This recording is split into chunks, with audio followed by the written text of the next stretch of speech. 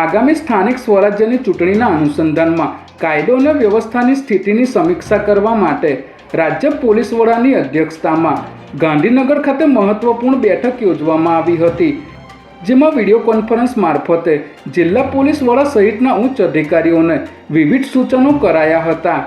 આ સાથે જ એડીજીપી અમિત વિશ્વકર્માને ચૂંટણી અનુસંધાનમાં નોડલ ઓફિસર તરીકે નિયુક્ત કરવામાં આવ્યા છે. આ બેઠકમાં પોલીસના તમામ યુનિટોને કાર્યવાહી કરવા, પાસાના મહત્તમ કેસ નોંધવા, ખાસ કરીને લાંબા સમયથી ફરાર આરોપીઓને ઝડપી લેવા તેમજ હિસ્ટ્રી સીટર સામે કડક પગલાં લેવા માટે સૂચનો કરવામાં આવ્યા હતા.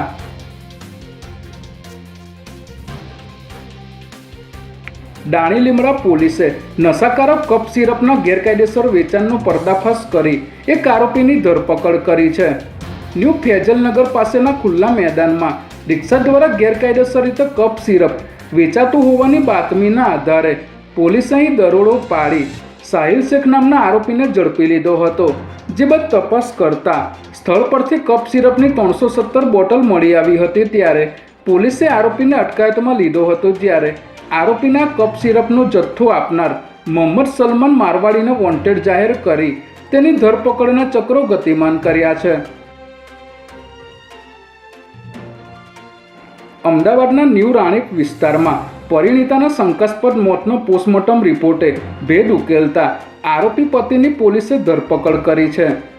પર સ્ત્રી સાથે અનૈતિક સંબંધો મામલે કોમલે છૂટાછેડા માટે દબાણ કરતા તેના પતિ હર્ષ પ્રજાપતિએ કોમલનું ગળું દબાવી મોતને ઘાટ ઉતારી હતી.